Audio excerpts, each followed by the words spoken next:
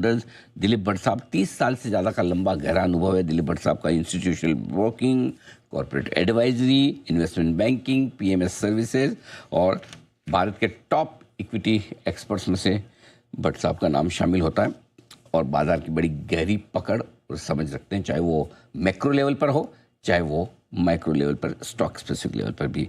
आइए उनसे करते हैं मुलाकात। सर, सबसे पहले बहुत बहुत स्वागत है आपका जी बिजनेस पर। पहले तो आपको, आपकी पूरी टीम, पूरे परिवार को नए साल की बहुत बहुत शुभकामनाएं। 2025 का साल थोड़ा मुश्किल भरा रहा, अंत भरा तो सब भला भी था, मूड माहौल ठीक है, लेकिन क्या रहे सर 2026 से क्या उम्मीद है, क्या डायरेक्शन आप बाजार का देख रहे हैं, समझाएं sir. Anil ji, it's always a pleasure talking to you. मुझे लगता है जिस तरह से रिस्पेक्ट आप कमांड करते हैं एंकरों में, मुझे लगता है बहुत ही कम, शायद ही कोई होगा जो जिसका लोगों पर इतना विश्वास है, इतना बिलीफ होगा। So I think that's really very nice to know that. And second thing is, आपको, आपके परिवार को, आपके जी में सभी लोगों को मैं कहूँगा वेरी मेरी क्रिसमस और आने वाले सालों के लिए बहुत सारी शुभकामनाएं। And hope it will be a very prosperous one. Thank you sir. आपके द्वारा आए ये शब्द बहुत मायने रखते हैं, means a lot. Thank you so much sir, बहुत बहुत धन्यवाद। बताएं सर। अच्छा, मुझे लगता है कि शायद अगर हम 2026 की तरफ देखें तो अभी भी लगता है हम क्विकली अगर हम सम अप करें कि क्या पॉजिटिव्स और क्या निगेटिव्स है। आई थिंक पॉजिटिव्स में तो सबसे बड़ी बात यही है कि government under mister Modi is very very proactive, और जिस तरह से वो एक एक कदम उठाते हैं, जिस तरह से वो ट्रांसफॉर्मेशन कराते हैं, जिस तरह से रिफॉर्म्स कराते हैं, आई थिंक ये मार्केट के लिए, इकोनॉमी के लिए बहुत ही अच्छा रहेगा। In the long term markets will continue to look good. I think हमने ये भी देखा है कि उन्होंने एक स्टीप इनकम टैक्स कट लिया, ट्रांसफॉर्मेशनल जीएसटी कट लिया, और देखा उससे लगते हुए फेस्टिव सीजन सेल बहुत अच्छा रहा, पोस्ट जीएसटी कट बहुत अच्छा रहा। और थोड़े बहुत अगर हम निगेटिव्स की भी जरा की ओर देख ले कि बॉन्ड यील्ड्स और एफएक्स मार्केट ऐसे जिस तरह से बिहेव करे, ऐसा लग रहा है उनको शायद इंडियन इकोनॉमी के बारे में काफी सारा चीज ठीक नहीं लग रहा है। और अगर हम देखें कि एफएमसीजी के सेल्स वो भी काफी फ्लैटिश है, वाइट गुड्स के सेल्स काफी फ्लैटिश है, ऑटोमोबाइल सेल्स तो काफी अच्छे थे और जिसको बहुत अच्छा मल्टीप्लायर इंपैक्ट मिलेगा। मुझे लगता है markets are very very sharply divided on an overall basis, Anil ji. और आने वाले 6 महीनों में भी मुझे लगता है शायद ये वोलेटिलिटी बनी रहेगी, और शायद ये वोलेटिलिटी के चलते चलते 5-10% मार्केट में थोड़ा बहुत करेक्शन आ जाए तो कोई नई बात नहीं होगी। मार्केट शायद रेंज बाउंड रहेगा, ट्रेडिंग रेंज में ही रहेगा, ऐसा लग रहा है। Maybe I am wrong, I want markets to move up, but ऐसा लग रहा है कि शायद ओवरऑल सिचुएशंस ऐसे लग रहे हैं कि ये रेंज बाउंड ट्रेडिंग मार्केट रहेगा। Maybe end of second quarter we can revisit. बिल्कुल ठीक बात है, आपने पॉजिटिव नेगेटिव दोनों अच्छे से समझाए और क्या कुछ रहेगा। तो इस लिहाज से क्या आपको लगता है कि 2026 में भी आपको दोनों तरफ मौके मिलेंगे, बाजार मजबूत भी रहेगा, कमजोर भी रहेगा, किस तरह का डायरेक्शन आप देख रहे हैं, ये जरा समझाइए सर। मैं यही मानूंगा कि बाजार आपको अच्छा खासा काफी मौका देगा ये आने वाले साल में, स्पेशली मुझे लगता है फर्स्ट हाफ में, क्योंकि जिस तरह से वातावरण हो रहा है, जिस तरह से निफ्टी अगर हम देखें is at an all time high, और ब्रॉडर मार्केट्स को देखें तो ब्रॉडर मार्केट्स में बहुत डैमेज हो चुका है, मिड कैप्स, स्मॉल कैप्स, जो ज्यादातर रिटेल पोर्टफोलियो में है। और ये हमें ये नहीं भूलना चाहिए कि retail is the one which has supported this particular market in a very big way, जहां पर FIs लगातार unabated सेलिंग कर रहे हैं।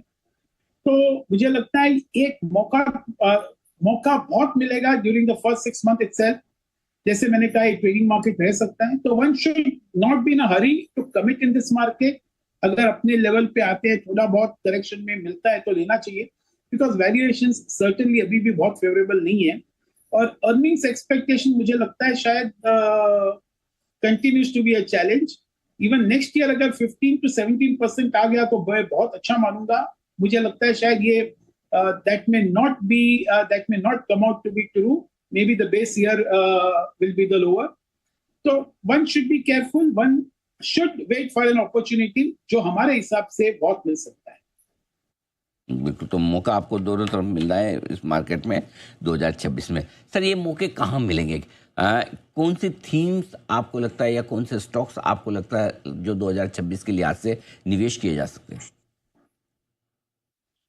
मुझे लगता है एक तो एनर्जी सेक्टर है जो बहुत पिट चुका है और लास्ट एक साल में कुछ परफॉर्म नहीं किया है। सो एनर्जी सेक्टर और energy related sector, around energy sector, तो मैं कहूंगा कि एनर्जी में जैसे जेएसडब्ल्यू एनर्जी है, टाटा पावर है, उनको लेके एनटीपीसी को भी लेके ये थोड़े बहुत डिफेंसिव भी रहेंगे लेकिन अच्छा रिटर्न दे सकते हैं। बिकॉज हमारा यही मानना है कि जैसे डेटा सेंटर्स की जिस तरह से जिस तरह से सब लोग डेटा सेंटर कंस्ट्रक्ट कर रहे हैं which is guzzling energy in a big way, demand for energy will continue to be good. तो इस लेवल से लगता है some of these frontline stocks in the energy sector looks very attractive, उसमें ध्यान देना चाहिए। और अराउंड एनर्जी रिलेटेड जैसे मैं कहूंगा ट्रांसमिशन है, और जिस तरह से सोलार भी बढ़ रहा है, मुझे लगता है शायद ये एनर्जी ट्रांसमिशन एक बहुत अच्छा अपॉर्चुनिटी दे सकता है। Though stocks are not cheap in that particular sector, ये एक सेक्टर में मानूंगा। सेकंड मैं ये भी समझूंगा कि सेकंड लाइन बैंक्स और थोड़े बहुत एनबीएफसी जहां पर हम देख रहे हैं कि एफडीए इन्वेस्टमेंट बहुत अच्छी तरह से हो रहा है, जहां पर काफी अच्छा इंटरेस्ट बैठ रहा है फॉरेनर्स को और पैसे आ रहे हैं on a strategic cell basis. तो ये एंटायर सेक्टर पे ध्यान देना चाहिए जहां पर मौके भी अच्छे मिलेंगे। और ये सब कंपनी जो सेकंड टियर कंपनी जो अच्छे सेकंड टियर बैंक्स और फाइनेंस कंपनी जो अच्छी तरह से जिनके पास पैसा आ रहा है, वेल कैपिटलाइज्ड हो रहे हैं, सो आई थिंक उनका परफॉर्मेंस भी काफी अच्छी तरह से 2-3 साल के लिए बहुत अच्छा रहेगा। तो ये एक सेक्टर मैं मानूंगा इज गुड। मुझे लगता है आईटी सेक्टर मुझे लगता है एक बार देखना चाहिए, ऑल फ्रंटलाइन आईटी सेक्टर्स में जरूर ध्यान देना चाहिए। The AI rub-off effect will certainly come on Indian IT companies in terms of their software implementation. और मुझे लगता है सूनर देन लेटर इसमें विजिबिलिटी अच्छी इंप्रूव हो जाएगी। जैसे हमने देखा जब क्लाउड आया था तभी इंडियन आईटी सेक्टर को अच्छा मौका मिला था। तो I would say that IT is good, pharma looks pretty good and interesting. So these are some of the themes and these are some of the sectors around which I think जरा focus रहना चाहिए in this particular coming year. करके ऐसा लग रहा है कि जो सेक्टर 2025 में थोड़ा कम चले या पिटे हैं वहाँ पर ज़्यादा फोकस है। क्या ये सोचना ठीक है कि जो थोड़ा अंडर परफॉर्म किए हैं शेयर सस्ते हैं वो 2026 में अच्छा कर सकते हैं? अनिल जी, मैं ये मानूंगा कि overall I think it will become stock specific, it will become sector specific. I think ये हो गया कि शायद 2025 में जो फैंसी रहा पिछले 2-3 सालों में, जो 2025 में हमने देखा उसको वेयर ऑफ हो गया, काफी हद तक वेयर ऑफ हो गया। और ये एक फैक्टर जरूर रहा। I think that has played out very well. और ये सेक्टर वापस आएंगे, no I am not too sure. मुझे लगता है वो स्टॉक स्पेसिफिक ही आपको आंसर दे सकेंगे कि इसमें क्या होगा। बट ये जरूर है कि in a volatile situation mid caps and micro caps क्या होता है, जैसे मैं ऑलवेज कहता हूं, सबसे लास्ट बढ़ते हैं और सबसे पहले गिर जाते हैं। तो शायद ये अभी भी वही एकदम, I don't think it will attract so much investment, so much attention at the moment. ये है आपके लिए राय, बिल्कुल। और आखिर में सर, जाने से पहले सोने चांदी पर आपको राय, क्या अभी भी निवेश के लायक बचे हैं 2026 के लिए ये? अनिल जी, एक्चुअली मैं काफी बार मैं कह चुका हूं कि आपका 10% ऑफ द पोर्टफोलियो गोल्ड में रहना चाहिए। अगर वो 10% रहता तो शायद वो बढ़ के अभी 15 to 20% हो जाता। I always believe that over last 2 years, और दिस ईयर बहुत ही अच्छा किया। लेकिन मैं ये मानूंगा कि यस, इन अ एनवायरनमेंट जहां पर uncertainty is ruling very high, लोग बहुत अपने आप को वल्नरेबल समझ रहे हैं बिकॉज इकोनॉमी जिस तरह से डिसरप्शन हुआ है worldwide. Gold and silver for strategic investment purpose और also for industrial purpose will continue to look very good and solid. तो मुझे लगता है शायद गोल्ड और सिल्वर में अभी भी इन्वेस्टमेंट करना चाहिए एक लॉन्ग टर्म के हिसाब से और as a defence to your portfolio.